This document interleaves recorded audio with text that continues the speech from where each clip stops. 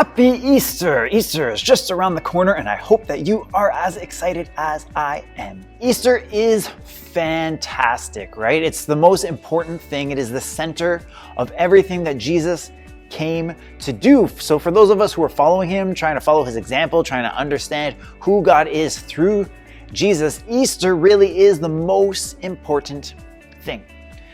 And this week we've kind of been talking about pride, and I think the week of Easter is one of the most amazing examples of what it means to not be prideful. Anyone, can you tell me what the opposite of pride is? Yeah, humility. So humility just means not to be prideful. If you watched Masha's video, which you should, you go back and watch it, it's great. She talked about a specific type of situation where you're dealing with those just obnoxious and arrogant people. I'm sure all of you have met them. Those people who just think that they are the greatest, that they're the best soccer player, the best at math, the best at whatever it is, and they're just a pain to be around. And maybe they are great. I feel like that's almost worse, because if they're terrible at it, at least you just roll your eyes and you're like, they're not really that great. They're just full of it. But if they actually are great and they're obnoxious, then you're just mad because everything in you just wants to beat them to prove that they're not as good as they think they are. And it can be easy for us to get caught up in that, right? Like you take the perfect 3-point shot when you're out on the basketball court, or you're online playing a game and all of a sudden you make a shot, or you finish something in a time that no one has done in your friend group before, and all of a sudden you're just like, yeah, I am the greatest, I am the best. All the rest of you should just stand and applause. There's no reason to even bother. I'm just too good for all of you. And it can feel good to be in that place where you feel like you're the best.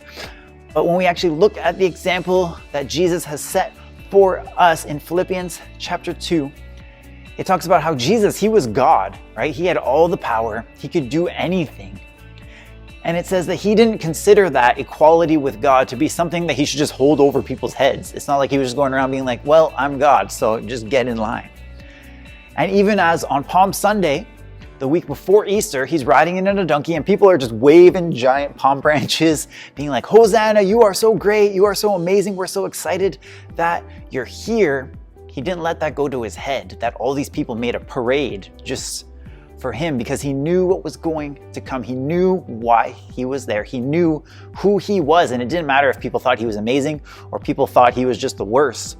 He knew who he was and that God had put him there for a specific purpose. And I want to tell you that this year it has been rough, and we've been through a lot of ups and downs, both as individuals and together as a group. We've been going through this weird season, but I think we need to, through this Easter weekend, take a moment to just reflect and be like, God, no matter how good things are, no matter how great my group of friends is, no matter how badly maybe I get treated sometimes, help me to know that who I am is not about being the greatest and being full of just pride and arrogance.